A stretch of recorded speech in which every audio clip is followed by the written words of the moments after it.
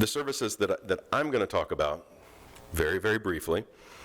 First, Grad Well, Be Well to Do Well. This is a program for all of our graduate students that provides mental wellness education, facilitates access to mental health resources, and fosters student connections. There are a number of services offered, including telehealth appointments and individual and group counseling opportunities. Never more than now is this needed. It's essential, and we're going to continue to support it and offer it as frequently as we possibly can. The Office of Research Compliance is just down the hallway from the Graduate College in Riverfront Hall. They support graduate student research policy and from a policy and procedure perspective. So whether you're working with human subjects in your research, again, from the social sciences through the humanities, whether you need to implement biosafety or responsible research conduct processes, if you're using drones in your research, the ORC is there to help you. Again, this is one of those cases where you don't need to know everything.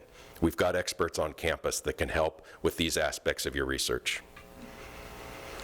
The Graduate College, again, one of the capacities that we serve is that we manage and oversee graduate policy.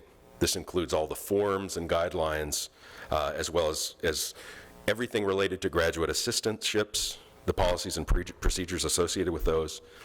We have a lot of opportunities for graduate students to get involved in campus governance and government as student representatives on campus or college-wide committees.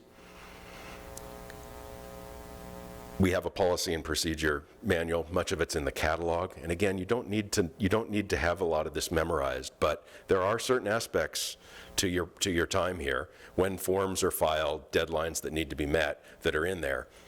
The Graduate College is here to help you with this. And we will continue to communicate with you and send reminders as these things progress, because again, we don't want you to have to worry about the minutia. We want you to focus on your scholarship. Every spring, now, Wayne mentioned the signature event being the 3-minute thesis, one of two signature events. The second is the Graduate Student Showcase. So when you arrived this afternoon, you probably saw some slides rotating with students standing in front of posters or standing in front of their artwork or standing at a podium reading their novel. The Graduate Student Showcase is one of our 2 signature events. It's on campus. Traditionally, it's held face-to-face, although last year we had to transition to fully online. But it allows us to showcase the absolutely fantastic scholarship that our students are producing.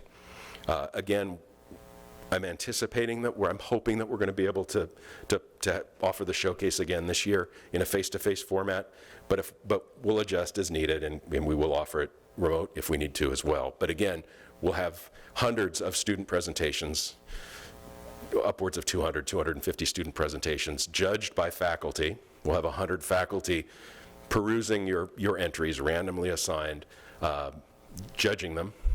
Same idea as we see in the 3-minute thesis, where you're trying to present your scholarship to a lay audience, something that's understandable to the general public. And that's a theme that's going to come up time and time again that we want to emphasize within the Graduate College. It's really essential for you to do fantastic scholarship, but we want to help you to communicate it to the wider public, to the wider audience, because we're somewhat under attack in higher ed in general, trying to justify the value. We know the value, but we need to show others the value of our research as well. We do have some conference and travel funding. Obviously, in the pandemic, the students weren't going to conferences as much, but there were remote conference participation, and we do have some money that we give out regularly that will pay for the fees associated with going to conferences or being able to present your research at conferences. And last but not least, career services. So there's a unit on campus, our career services department, that can help you explore career options. Again, if you're in a graduate program but you're not necessarily sure where that's going to lead you in terms of a future career, making that career plan, building a network, conducting effective job searches, and thinking about resumes and all those skills that build towards a future career. So I'm going to remind you, over the semester, please continue to check your email. We're going to communicate with you in lots of different ways, but email tends to be the primary way that we provide information about deadlines and forms and things that need to be taken care of. I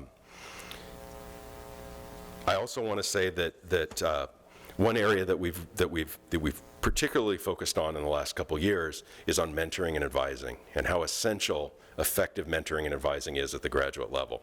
It ties into the thinking about that future career, but it also ties into your success while you're in your graduate program. We're very fortunate to have 2 associate deans and residents in the graduate college, Mariana DeGraff, Dr. Mariana DeGraff from the Department of Biology, and Dr. Jesus Tres Palacios from the Educational Technology Department, who are going to, I believe, talk to us in person and remotely today about the importance of mentoring and advising.